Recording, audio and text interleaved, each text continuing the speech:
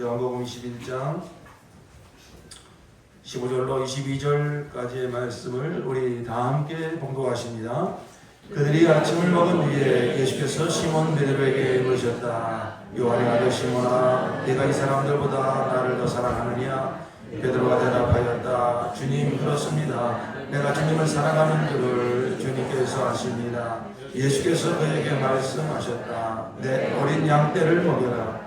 예수께서 두 번째로 그에게 물으셨다. 요한의 아들 시몬아, 네가 나를 사랑하느냐? 베드로가 대답하였다. 주님, 그렇습니다. 내가 주님을 사랑하는 줄을 주님께서 아십니다. 예수께서 그에게 말씀하셨다. 내 양떼를 쳐라. 예수께서 세 번째로 물으셨다. 요한의 아들 시몬아, 네가 나를 사랑하느냐? 그때에 베드로는 예수께서 내가 나를 사랑하느냐 하고 세 번이나 물으심으로 불안해서 주님께서는 모든 것을 아십니다.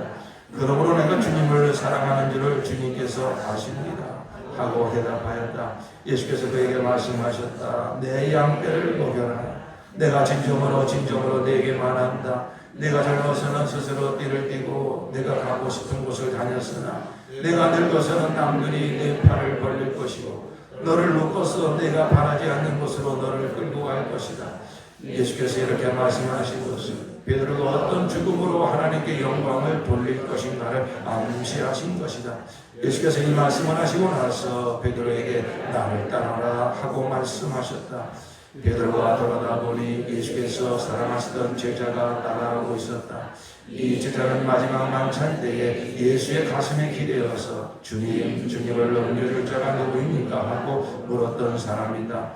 베드로가 이 제자를 보고서 예수께 물었다. 주님, 이 사람은 어떻게 되겠습니까?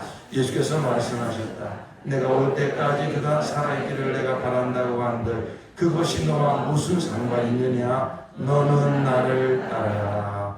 아멘. 할렐루야. 우리 하나님의 위대하신 구원을 찬양합니다. 우리 인생에 있어서 가장 행복한 순간은, 최고의 순간은 사랑하는 주님을 예배하는 이 시간인 줄로 믿습니다.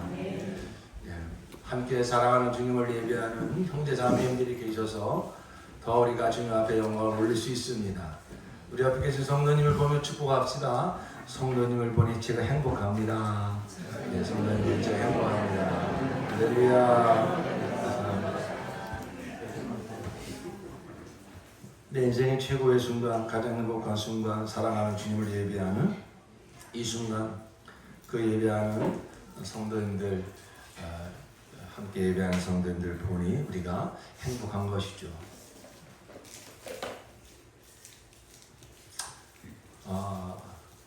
요즘 뉴스에 그 캄보디아 그 사건 뉴스를 보면서 참 가슴이 많이 아픕니다. 어느 대학생이 강제로 마약 투입을 흡입하도록 하고 또 막 고문을 받다가 또 심장 두검결과 고문 받다가 심장마비로 죽었다 하는 그러한 뉴스를 접하게 됩니다. 보안이 가까운 천안에 있는 대학의 선후배 사이라고 해요. 그 선배가 캄보디아로 그 형제도 속아서 또 강압에 못 이겨 그랬겠죠. 이렇게 이제 아주 고소득 올릴 수 있다. 그런 미끼를 사용해서 캄보디아로 오게 해서 결국은 이렇게 또 정말 그 20대 젊은 대학생이 이렇게 허망하게 그것도 그 마약을 강제로 흡입당하고 그 고문을 받다가 죽었다고 하니 얼마나 이게 참 슬픈 일입니까? 저는 그 뉴스를 접하는 그 자식을 잃어버린 부모님의 부모님이 생각이 났어요. 야, 그 부모의 마음이 얼마나 가슴이 찢어질까? 그 사랑하는 자식을 그렇게 죽을 줄 누가 알겠습니까?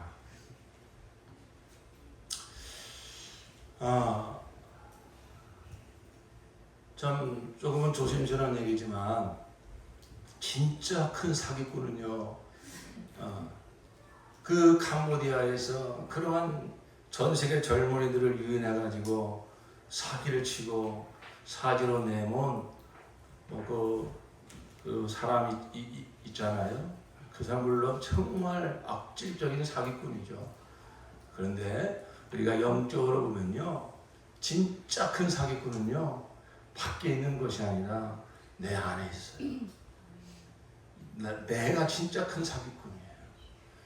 왜냐하면 왜 그 캄보디아에 거기에 갔을까요? 큰 돈 벌 수 있다고 하는 그 미혹에 끌려간 거예요. 그러니까 누구를 탓할 필요가 없이 이 생에 태어난 모든 사람들은 다 죄성을 가진 죄인으로 태어나는데, 그 죄성의 대표적인 특징이 뭐냐면 물질 숭배, 자아 숭배입니다. 그래가지고 이렇게 정말 1억 천금을 벌 수 있다고 하는 그 사기에, 그 게임에 넘어갈 수 있는 소지가 모든 사람들 속에 다 있는 거예요.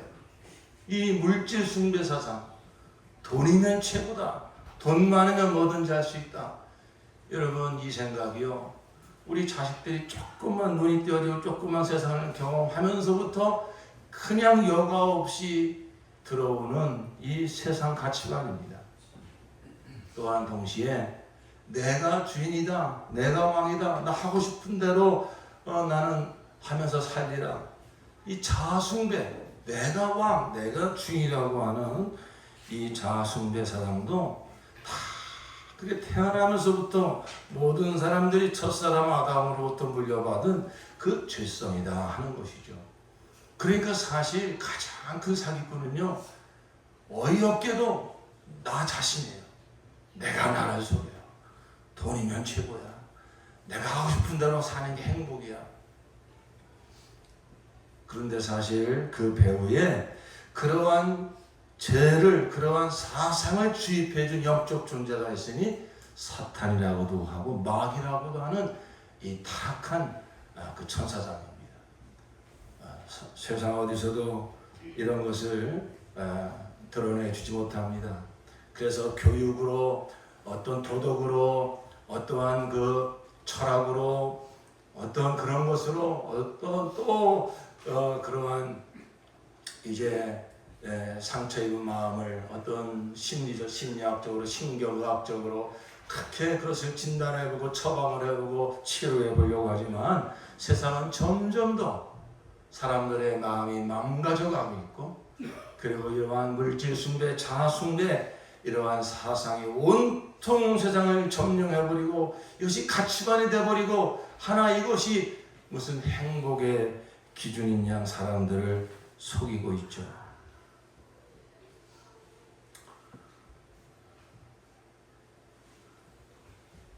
이러한 세상을 바라보고 계신 하나님 아버지의 마음은 어떠실까?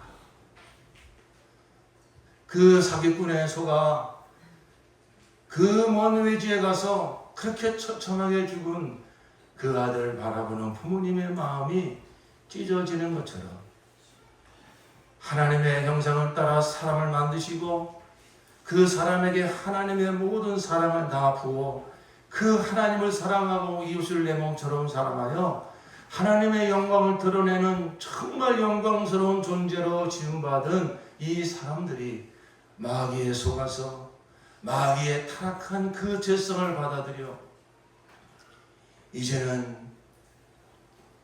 자아 숭배, 물질 숭배의 사상에 온통 사로잡혀 이렇게 살아가고 있는 이 세상의 사람들을 바라보시는 하나님 아버지의 마음은 어떠실까 하는 것입니다.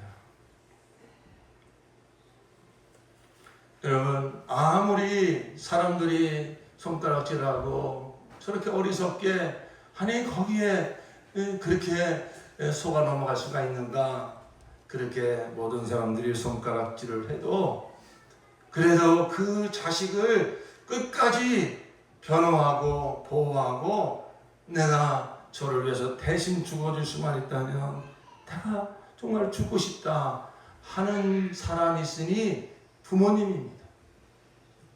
부모님은 그 자식이 어떠하면 상관없이 끝까지 함께하고 대신 죽어주서만 있으면 죽고 싶은 마음을 가지는 사람은 부모님밖에 없어요.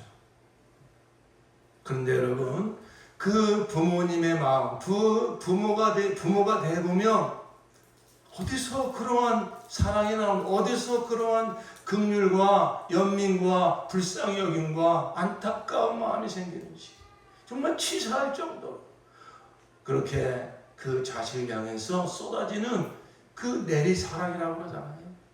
그 사랑의 그 뿌리는 무엇일까요? 그 사랑의 원조는 무엇일까요? 그 사랑은 어디서부터 시작되는 것일까요? 그게 바로 하나님 아버지의 사랑입니다.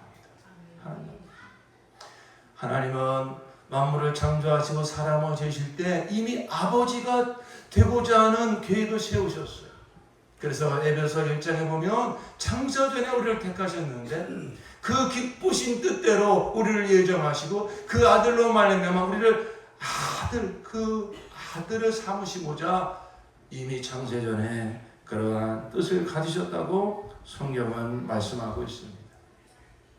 그러므로 이 세상이 이렇게 타락하고 마귀에 속아서 그저 돈 앞에 전부 무릎을 꿇고 전부 내가 주인 되어서 다 남 탓하고 책임 전가하고 이러한 정말 못나고 못되고 악한 삶을 살지라도 이런 세상을 바라보면서 이런 사람들을 바라보면서 결코 포기할 수 없고 그럼에도 불구하고 그 안타까운 마음으로 끝없이 사랑을 베푸시는 분, 바로 그분이 하나님 아버지이십니다. 그러므로 우리는 하나님을 믿는 사람으로서 하나님의 그 손에서 나오는 능력을 보면서도 하나님의 영광을 찬양할 수 있어야 되지만 우리에게 닥친 문제 해결을 해주시는 하나님의 사랑을 경험하면서 하나님 정말 감사합니다 이렇게 해도 하나님께 감사할 수 있어야 되지만 그러나 그것보다도 그 하나님 아버지의 심정, 우리가 신앙이 조금만 성장한다면, 조금이라도 우리의 신앙이 성숙해진다면 이제는 내 문제를 해결해 주냐 안 해결해 주느냐 그 기준을 가지고 하나님을 아는 어린애 수준이 아니라, 우리 엄마 아빠는 내가 좋아하는 장난감을 사줘서 좋아요, 내가 먹고 싶은 빵을 사줘서 좋아요. 참 어린아이 단계에서는 부모의 사랑을 그렇게 확인하는 겁니다. 그래도 귀여워요, 그래도 사랑스러워요. 그러나 그 자식에게 장난감을 사주고 빵을 사다주는 그 부모님의 사랑은 그 정도가 아니라 그 자식을 위해서라면 뭐든지 다 줄 수 있는, 목숨까지도 줄 수 있는 것이 그 부모의 사랑 아닙니까? 어린아이 때는 몰라요. 그 마음을 몰라요. 그 심정을 몰라요. 우리도 하나님을 우리가 알아갈 때 이제는 그 하나님의 심정까지 헤아릴 수 있는, 하나님의 그 심정, 하나님의 그 심정에서 쏟아지는 그 사랑을 헤아릴 수 있는 그러한 성장한 그리스도인, 성숙한 그리스도인이 되어져야 할 줄로 믿습니다. 그 하나님의 그 심장에서 쏟아지는 그 사랑의 그 절정은, 그 핵심은 바로 독생자를 내어주신 사랑, 십자가의 그 독생자를 내어주신 그 사랑, 그것이 바로 하나님 아버지의 심정입니다. 우리가 성경을 보면 창세부터 요한계시록까지 우리의 눈이 열려서 성경을 들여다볼 수 있다면 그냥 성경은 단순한 이야기, 단순한 사건이 아니라 그러한 사건, 그러한 이야기를 그 배후에 절절히 흘러넘치고 있는 하나님 아버지의 심정인 것입니다. 하나님 아버지의 심정.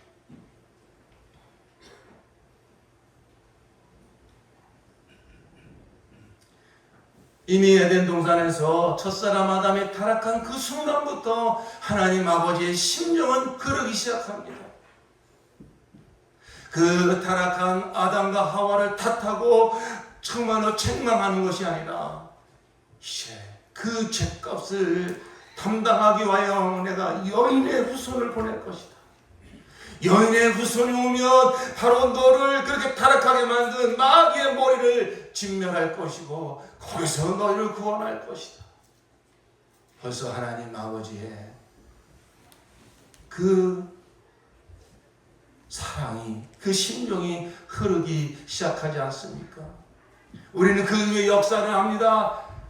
그 하나님의 사랑은 세상이 온전히 깨닫고 순전히 받아들입니까? 아니죠. 얼마나 대적하고 고집이 세고 교만하고 그 하나님의 사랑의 부르심 앞에 나아가지 않으며 얼마나 강팍하고 수많은 우상들을 섬기며 오히려 하나님을 모독하고 하나님의 가슴에 못을 박는 그러한 짓들을 하죠.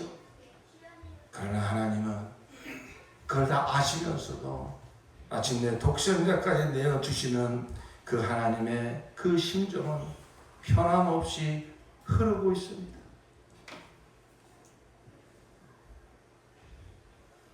하나님은 아브라함을 부르셨습니다.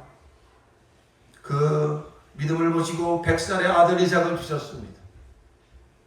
그리고 그 아들 이삭이 한 청소년쯤 10대 청소년쯤 됐을 때에 제물로 바치라고 하나님께서 좀 어이없는 그러한 명령을 하셨습니다. 내시로 말미암아 모든 만민이 복을 받을 것이라고 하나님이 약속하셨는데, 그렇다면 그 아들 이삭을 통해서 수많은 자손들이 계속 나도 부족할 판에 그 하나밖에 없는 아들 이삭을 번제로 바치라며. 여러분, 번제가 뭡니까? 그 형체를 알아볼 수 없을 정도로 다 각을 떠서 불살라 바치는 게 번제입니다. 여러분, 짐승도 그렇게 번제로 바칠 때 얼마나 정말 가슴이 저미고 어떻게 보면 끔찍한 제사입니까? 그냥 죽여서 바치는 것도 쉽지 않거든. 도대체 형체를 몰라볼 정도로 다 각을 떠가지고 바치는 제사가 번제예요. 그런데 그 아들 이삭을 번제로 바치라는 겁니다. 쉬웠겠습니까? 얼마나 고민했겠습니까? 그럼에도 불구하고 그 나의 하나님은 없는 것에 있는 것 같이 죽은 자도 산 자처럼 부르시는 하나님이라고 하는 그 믿음이 있었기에 아브라함은 그 아들 이삭을 데리고 모리아 산으로 번제로 드리기 위해서 데리고 갑니다. 드디어 그 아들 이삭을 그 번제단 위에 올려놓고 칼을 들어서 그 목을 내려 치려고 하는 순간, 아브라함아 멈추어라.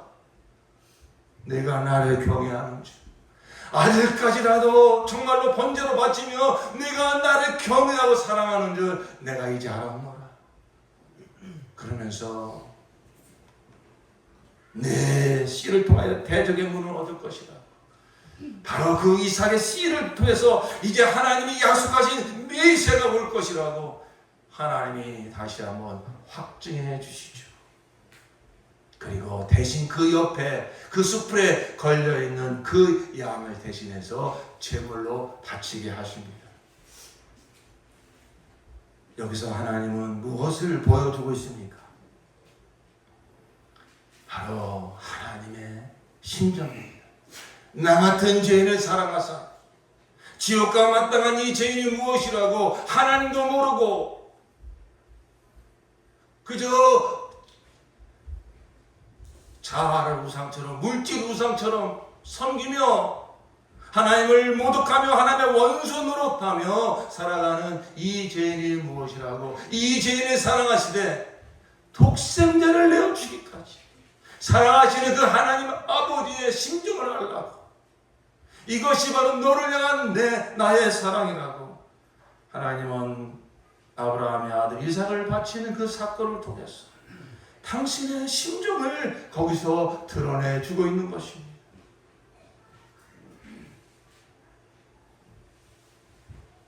아브라함아 멈춰라. 그 떨리는 손으로 내가 차라리 죽는 게 낫지 어떻게 자식을 죽입니까? 그게 하나님 아버지의 심정이란 말이죠.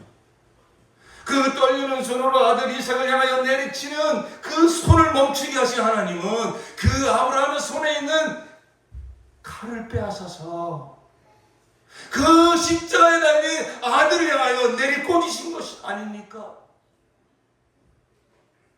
누군가는 이 죄를 위해서 죄값을 치르는 대속물이 있어야만 우리가 그 죄에서 벗어날 수 있는 게 하나님의 법입니다. 그 아들 이삭을 대신해서 그 옆에 수풀에 걸린 그 양은 누구를 상징하는 것입니까? 하나님의 어린 양 나의 대속물 대신 예수 그리스도 아닙니까? 그 아들 이삭은 거기서 하나님이 건지셨지만 그러나 나의 대속물 되시기 위해서 하나님의 어린 양으로 오신 그 예수를 향해서는 그가 아들이실지라도 나 같은 죄인을 구원하기 위해서 나를 향한 그 하나님의 그 진노를 그 하나님의 그 공의로운 심판을 그 아들에게 하나님은 다 부으신 것입니다.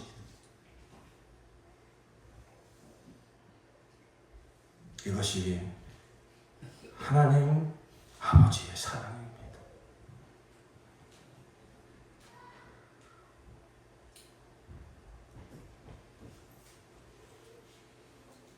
우리의 신앙은 하나님의 심정을 아는 자리까지 나아가야 됩니다.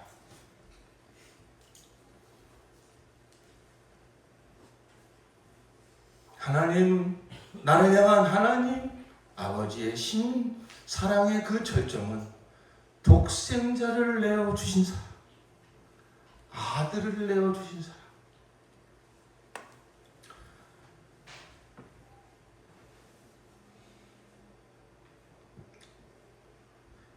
다윗의 이야기를 통해서도 하나님은 아버지의 심정을 우리에게 보여주고 있습니다.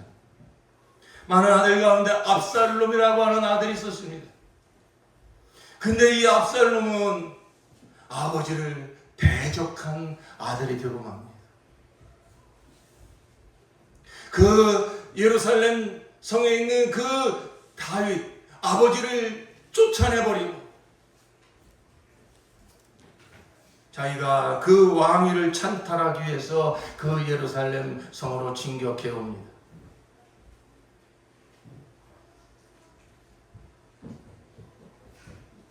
다윗은 그 아들을 피하여 신하들과 함께 도망을 갑니다. 이 압살롬은 얼마나 못됐는지 그 아버지의 왕의 자리를 차지했을 뿐만 아니라 그 아버지의 후궁을 자기의 어머니인 그 후궁 10명을 대낮에 겁탈을 하여 아버지를 욕보입니다. 나중에 전세가 뒤집혀져서 이 다윗의 부하들과 이 압살롬의 부하들이 싸웁니다. 요압이라고 하는 장군이 그 부하들과 함께 그 전쟁에 승리하고 드디어 이 압살롬을 쳐 죽입니다. 이 승전 보고를 빨리 다윗 왕에게 가서 보고해라. 이 부하가 한 걸음에 다른 막지라에서 왕이여 기뻐하소서. 우리가 승리했습니다. 왕에게 도전한 왕을 모독한 저 압살롬과 그 부하들을 다 죽였습니다. 그 소식을 들은 다윗은 묻습니다. 내 아들 압살롬은 어떻게 되었느냐? 당연히 죽였습니다. 압살롬은 죽었습니다. 그 소식을 듣고 다윗은 그 누락으로 올라가 가슴을 치며 통곡하며 웁니다. 압살롬아, 압살롬아, 내 아들 압살롬아, 내가 너를 대신하여 죽었으면 좋았을 것을 내가 어찌하여 죽었느냐? 왕위에 도전한 자입니다. 후궁을 10명씩 겁탈하면서 아버지를 모독한 자입니다.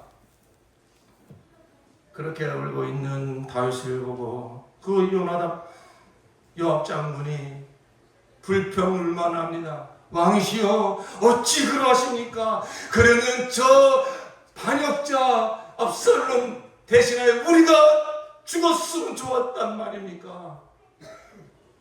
여러분, 요압 장군의 말은 논리적으로 맞는 말입니다. 이성적으로 맞는 말입니다. 그러나 무엇을 모릅니까? 아버지의 심정을 모르는 겁니다. 우리가 압살롬 아닙니까? 우리가 하나님의 압살롬 같은 짓을 하며 산 자 아닙니까? 하나님이 어디 있냐고, 하나님이 살아계시면 이럴 수 있냐고 마음대로 하나님을 원망 불평하며 하나님이 싫어하는 모든 악한 짓을, 육체의 정욕을, 안목의 정욕을, 이생의 자랑을 추구하며 이게 복이라고, 이게 영광이라고 하나님을 모독하며 산 자들 아닙니까? 그러나 하나님은 이러한 죄인들을 사랑하신단 말입니다. 이러한 죄인들을 사랑하셔서 독생자를 내어주시고 그 하나님 아버지의 심정을 가지고 이 세상을 향한 하나님의 사랑을 가지고 우리 주 예수 그리스도는 십자가에서 피 흘려 죽으셨습니다. 그가 십자가에 달려 죽으시기 전에 엘리 라마 사박다니, 아버지여 어찌 나를 버리셨나이까? 여러분, 이 외침은 원망과 고통의 소리가 아닙니다. 아버지의 그 위대한 사랑을 선포하는 고백입니다. 아버지여, 당신의 사랑은 놀랍습니다. 이 아들을 버리면서까지라도, 이 아들을 십자가에 달려 죽이면서까지라도 저 죄인들을 사랑하시는, 당신을 모독하고 원수 노릇한 저 죄인들이 무엇이라고 이 아들을 버리면서까지 사랑하시나이까? 아버지의 사랑은 위대합니다. 그 아버지의 위대한 사랑을 선포하는 고백인 것입니다. 사랑하는 성도 여러분, 다른 건 몰라도, 누가 뭐래도 분명한 것은 저와 여러분은 이 하나님 아버지의 사랑을 받은 자들입니다. 이 십자가에서 독생자를 내어주면서까지, 독생자를 죽이면서까지 구원하신, 이 죄와 사망에서 구원하신 하나님의 사랑을 받은 자들입니다. 그 예수의 피로 하나님은 우리를 낳으셨습니다. 우리는 그 예수의 피, 예수의 생명으로 다시 거듭난 하나님의 자녀들인 것이 분명합니다. 그래서 우리는 하나님을 아버지라고 불러요. 장난삼아서 하나님 한번 아버지라고 불러봐. 장난삼아 한 번, 두 번은 부를 수 있을 것입니다. 그러나 계속 부르지 못합니다. 왜요? 아버지라고 하는 고백은 피에서 나오는 고백이에요. 아버지라고 하는 이 부르짖음은 생명에서 나오는 소리이기 때문에 예수 생명으로 거듭난 자, 예수의 피가 있는 자만이 성령으로 말미암아 확증받고, 다른 건 몰라도 난 분명히 하나님의 자녀다, 하나님은 내 아버지야, 그 피로, 그 생명으로 고백하는 소리인 줄로 믿습니다. 우리 한번 믿음으로 불러봅시다. 하나님 아버지, 하나님 아버지. 예수님 우리의 기도를 가르쳐 주실 때에도 너희는 이렇게 기도하라 그랬어요. 하늘에 계신 우리 아버지요.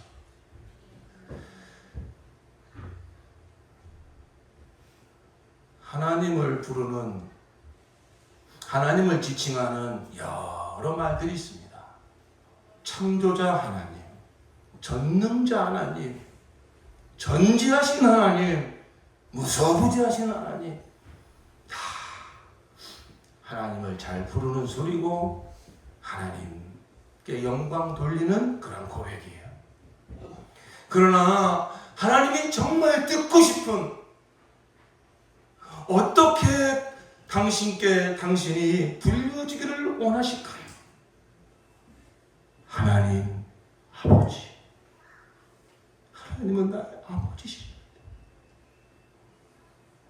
하나님은 바로 그 소리를 듣고 싶었어. 독생자를 아끼지 않고 내어주시고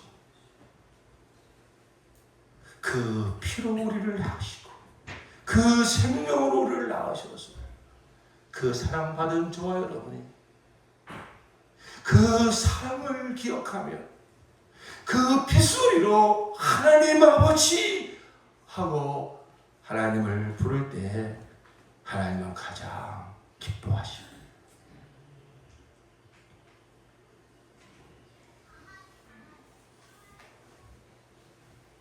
이제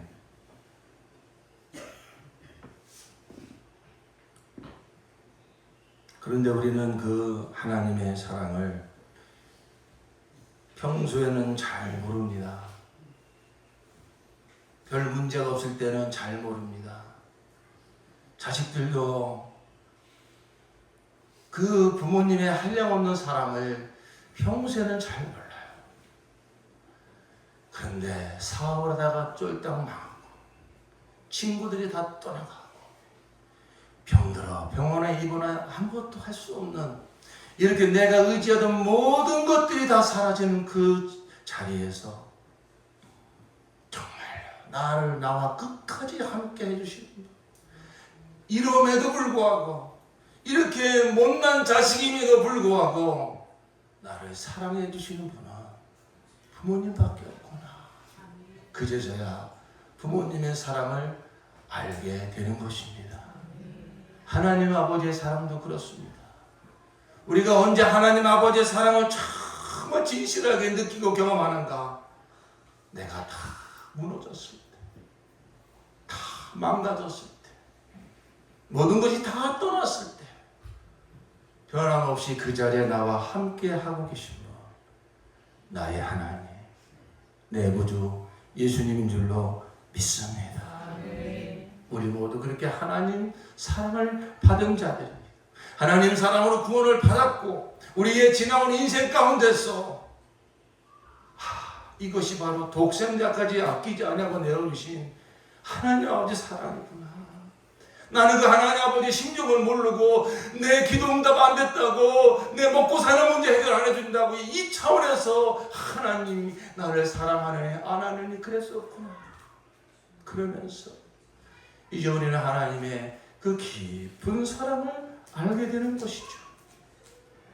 바로 베드로가 지난주 설교한 것처럼 바로 가장 부끄럽고 수치스러운 그 순간에 예수님은 찾아오셔서 그 사랑을 확인시켜 주신 것입니다. 이제 그 하나님 아버지의 사랑을 받은 자라면 그 하나님 아버지의 심정을 조금이라도 경험한 우리 성도님이시라면 이제 거기서 끝나는 것이 아니라 하나님 아버지께서 우리 주 예수님께서 우리에게 부탁하시는 한 가지가 있습니다. 그게 바로 무엇입니까? 내 어린 양을 먹여라. 이 어린 양이라고 하는 것은 순진하고 예쁘고 그게 아니라 물질 숭배, 자아 숭배에 여전히 사로잡혀서 하나님 아버지 심정 모르고 여전히 고집 세고 여전히 자기밖에 모르고 그러다가 또 덫에 걸려서 신음하고 죽고 싶다고 그러고 우울함에 빠져 있고 그런 영혼들을 말하는 것입니다. 내가 예전에 그랬지 않습니까? 그런 나를 하나님께서 찾아와 주시었어. 구원해 주신 것처럼 내가 이제 그 사랑을 받았던 자라면 내 심정을 이제 조금이라도 아는 자라면 나는 너를 통해서 또 그렇게 지금 방황하고 죽고 싶다고 하고 남을 원망하고 마음의 문을 다다 걸고 세상을 원망하고 부모를 원망하고 그렇게 살아가는 그 어린 영혼이 있다. 어린 양이 있다. 나는 너를 통해서 그 영혼을 찾고 싶다. 그 영혼을 구원하고 싶다. 내 어린 양을 먹여라. 사도 베드로는 그때로부터 십자가에 거꾸로 달려 순교하는 그 순간까지 내가 나를 사랑하느냐, 그 주님의 그 한량없는 사랑, 독생자까지 아끼자고 내어주신 하나님 아버지의 사랑이 그 심령 가운데 흐르고, 그리고 저는 그 사랑하는 주님의 이 부탁하신 말, 그 사랑하는 주님께서 내 어린 양을 좀 먹어줘라, 내 어린 양을 좀 쳐라. 주님을 사랑해서 주님의 그 계명을 받들어 끝까지 이 목양 사역을 하다가 순교한 줄로 믿습니다. 여러분, 어린 양을 어떻게 먹입니까? 이 짐승은요, 철을 따라서 꼴을 주면 돼요. 육체는요, 때를 따라서 밥을 먹여주면 돼요. 그러나 영혼은 피를 먹습니다. 영혼을 섬기려면, 영혼을 목양하려면 지식 가지고 안 됩니다. 인간의 열심 가지고 안 됩니다.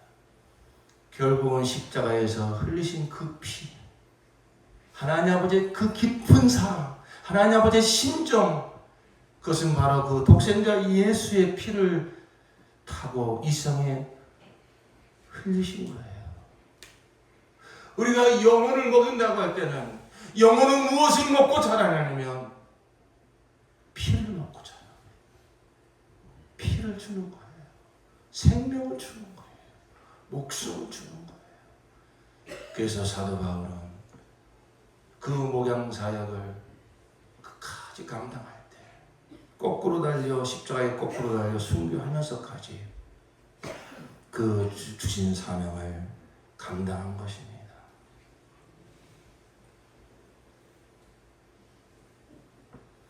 구원받은 자로서 가장 영광스럽게 하나님의 영광을 드러내며 사는 삶이 무엇일까? 복음서가 끝날 때마다 공통적으로 주시는 말씀이 있어요. 마태복음은 모든 족속으로 제자를 삼아 영혼 구원의 제자 삼으라고 주님 말씀하시고, 마가복음도 믿는 자들에게 그 표적을 주시고 그들이 두루 나가 복음을 전할 때 다른 이적으로 확실히 증거해 주셨다고 말씀하고 있고, 누가복음도 예루살렘으로 시작된 이 회개의 복음이 모든 민족에게 전파되기를 시작했다고 말씀하고 있고, 요한복음은 더 그것을 개인적으로 말씀하시는데 내 어린 양을 먹여라, 이렇게 복음서는 맞춰지고 있습니다. 하나님 아버지의 사랑을 경험한 저와 여러분이 내 육체 남은 때 정말 쏜살같이 지나가는 얼마 남지 않은 이 육체 남은 때를 어떻게 살아야 그 하나님 아버지의 사랑에 억만분의 1이라도 보답할 수 있을까? 어떻게 살아야 나 같은 죄인이 와요 십자가에 걸리신 예수님의 그 사랑에 억만분의 1이라도 보답할 수 있을까? 그래서 다시 오실 주님을 부끄럽지 않게 영광 중에 배울 수 있을까? 그것은 너무나 확실합니다. 영혼 사역하는 거예요. 영혼 섬기는 사역하는 거예요. 잃어버린 영혼 찾아나서 그 어린 영혼, 그렇게 고집세고 나 몰라라 하는 그 영혼들을 찾아가서 섬기고 구원하는 사역. 내 어린 양을 먹여라. 영혼 사역하는 겁니다. 한 영혼 구원하기 위해서 땀 흘리고 눈물 흘리고 마침내 필요하다면 내 피까지라도 쏟아주었어.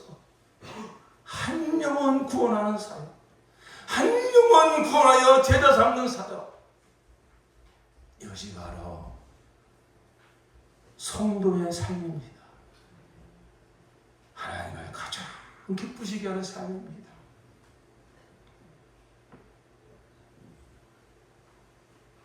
하나님 아버지의 심정을 조금이라도 느끼는 성도라면 이제는 어린애 자리에 계속 계시면 안 됩니다. 여전히 나 섬겨달라고, 나 위해달라고, 내 문제 해결해달라고 어린아이 자리에만 있으면 안 됩니다. 이제는 영혼을 찾아 나서야 됩니다. 나를 통하여 구원하기 원하는 어린 영혼이 누군가 한번 주위를 둘러보십시오. 다 있습니다. 목자님들만 하시는 게 아닙니다. 내 주위에 둘러보면 그 어린 영혼들이 있습니다. 어렵게 생각할 거 없습니다. 먼저 마음에 품고 기도부터 시작하시면 됩니다. 그래서 여러분, 내 부위 앞에 5명을 찾아보라는 것입니다. 목장 공동 부위 앞에 5명을 놓고 한번 기도해보자는 것입니다. 기도할 때 내 마음에 하나님 아버지의 심정, 예수님의 그 피의 사랑이 흘러 들어올 줄로 믿습니다. 기도부터 시작하는 겁니다.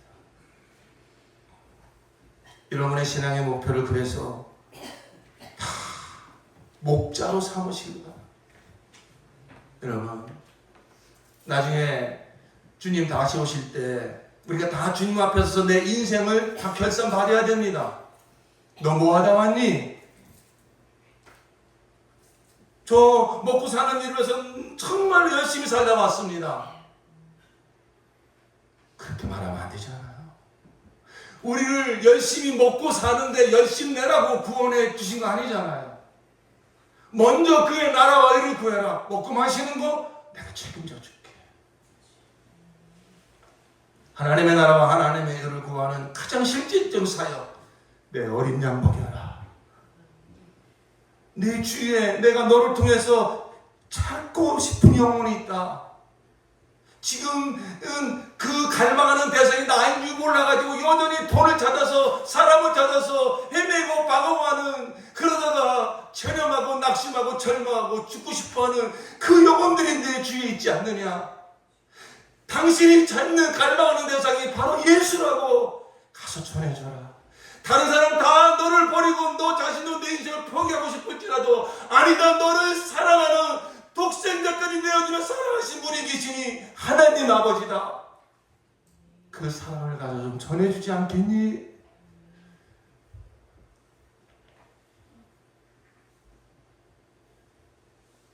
그 사역을 하는 게 그게 목자의 삶이에요. 그게 목자의 길이에요.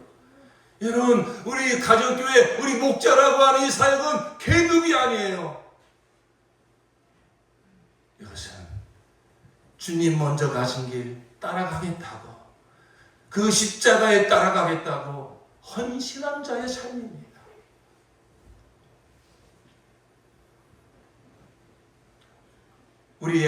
우리 안에 여전히 많은 문제가 있습니다. 먹고 사는 문제도 있고, 무엇보다도 또 마음에 많은 상처도 있고, 여러 가지 문제들이 있습니다. 정말로 사역하기에 너무 감당하기 큰 문제가 있다면 그 문제부터 집중해서 해결받아야 되죠. 하나님 앞에 그 문제 놓고, 하나님, 나 정말로 이 영혼 사역하고 싶은데, 나도 목자 사역하고 싶은데 너무나 이 큰 문제가 짓누르고 있습니다. 그런 문제가 있다면 빨리 해결해달라고 하나님께 기도하십시오. 그러나 웬만한 문제는요, 이 문제 다 해결되면 제가 목자 사역할게요, 제가 영혼 사역할게요. 아니에요. 그런 문제는 평생 따라붙는 거예요. 여러분, 그런 문제는요, 오히려 먼저 하나님의 나라를 구하며 살겠습니다. 내가 부족하지만 내가 하나님 아버지의 사랑을 받은 자로서 내 어린 양을 먹여라. 내게 주신 계명을 붙들고 내가 이 어린 양 섬기겠습니다. 어린 양 품고 기도하겠습니다. 이렇게 섬김의 삶을 살기 시작을 할 때 그런 문제는 더 이상 큰 문제가 되지 않고, 하다 보니까 어느 순간 하나님께 해결해 주시고, 이러한 정말 하나님 영광을 위한 삶을 살게 될 줄로 믿습니다. 섬기는 자에게 주시는 복이에요. 영혼 섬김의 사역은요, 특권이에요. 하나님 아버지의 사랑받은 자가, 성령으로 그 아버지의 심정을 아는 자가, 예수의 심정을 가진 자가, 전에는 전혀 그런 생각이 없었는데 기도하다 보니까 아버지의 마음이 느껴지고 예수님의 심정이 느껴지고 그 영혼이 갑자기 불쌍하게 여겨지고 그 사람 내가 전해줘야지, 이 복음 전해줘야, 그런 마음이 생겨지고. 여러분, 이러한 삶은, 이러한 사역은 천하의 영광과도 바꿀 수 없는 귀한 삶이요 사역인 줄로 믿습니다. 아직 왜 이 세상이 종말을 맞이하지 않고 있습니까? 여러분, 이 역사의 종말은요, 하나님의 심판으로 끝나게 되어 있습니다. 베드로서 3장 3절 이하에 여러분이 무엇보다 먼저 알아야 할 것은 이것입니다. 마지막 때 조롱하는 자들이 나타나서 자기들의 욕망대로 살면서 여러분을 조롱하여 이렇게 말할 것입니다. 그리스도가 다시 오신다는 약속은 어디 갔느냐? 조상들이 잠든 이래로 만물은 창조 때부터 그러하였듯이 그냥 그대로다. 그들이 그렇게 말하는 것은 하나님의 말씀으로 하늘이 오랜 옛날부터 있었고 땅이 물에서 나와 물로 말미암아 형성되었다는 것과 또 물로 그때 세계가 홍수에 잠겨 망하여 버렸다는 사실을 그들이 일부러 무시하기 때문입니다. 그러나 지금 있는 하늘과 땅도 불사르기 위하여 그 동일한 말씀으로 보존되고 있으며 경건하지 못한 자들이 심판을 받아 멸망을 당할 날까지 유지됩니다. 사랑하는 여러분, 이 한 가지만은 잊지 마십시오. 이 한 가지만은 잊지 마십시오. 주님께는 하루가 천년 같고 천년이 하루 같습니다. 어떤 이들이 생각하는 것과 같이 주님께서는 약속을 더디 지키시는 것이 아닙니다. 도리어 여러분을 위하여 오래 참으시는 것입니다. 하나님께서는 아무도 멸망하지 않고 모두 회개하는 데에 이르기를 바라십니다. 하나님이 찾고자 하는 영혼이 아직 있기 때문에, 하나님이 저와 여러분을 통하여 우리 목장과 교회를 통하여 구원하기 원하는 영혼들이 이 도성에 아직 남아있고 이 저 열방에 남아있기 때문에 아직 세상은 보존되고 있는 거예요. 우리가 해야 할 사명이 있기 때문에. 세상에 저 대통령들이, 세상에 저 어떤 재벌들이 이 세상을 지금 보존하고 있는 게 아닙니다. 하나님께서 이 만물과 역사를 보존하고 계시는 것입니다. 왜요? 저와 여러분을 통해서 찾을 영혼이 아직 있기 때문에, 구원해야 될 영혼들이 있기 때문에 우리는 이제 하나님 아버지의 사랑을 받은 자로서 하나님의 심정을 구합시다. 하나님의 마음을 구합시다. 그리고 나를 통하여 구원하기 원하는 그 영혼을 향하여 이제는 먼저 기도하고 찾아 나섭시다. 하나님의 눈물과 예수님의 심장과 성령님의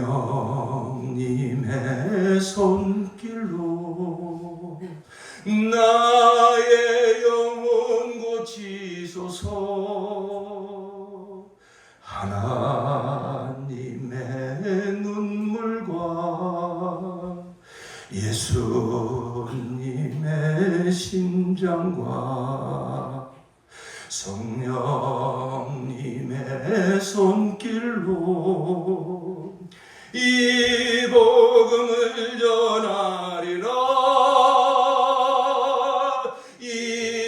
잊혀져서는 안 될 영혼과 포기할 수 없는 저 땅을 향해 생명의 말씀 들고 가리라. 때를 얻든지 못 얻든지 우리 다 함께 잊혀져서는 안 돼. 잊혀져서는 안 될 영혼과 포기할 수 없는 저 땅을 향해 생명의 말씀 들고 가리라. 때를 얻든지 못 얻든지 이 시간 성령으로 하나님 아버지의 마음을 한번 느껴봅시다. 성령으로 십자가에 피 흘리신 예수님의 심정을 한번 느껴봅시다. 이것이 너를 향한 나의 사랑이다. 이제 내 마음을 조금이라도 알았느냐? 그러면 내가 너한테 부탁할 게 한 가지가 있구나. 내 어린 양을 먹여주지 않겠니? 내가 너를 통하여 찾고 싶은 그 영혼, 내가 너를 통하여 구원하고 싶은 그 영혼을 위해서 이제 기도하지 않겠니? 그 영혼 찾아가서 섬겨주지 않겠니? 주님, 이제 내가 영혼 사역의 길로 나서겠습니다.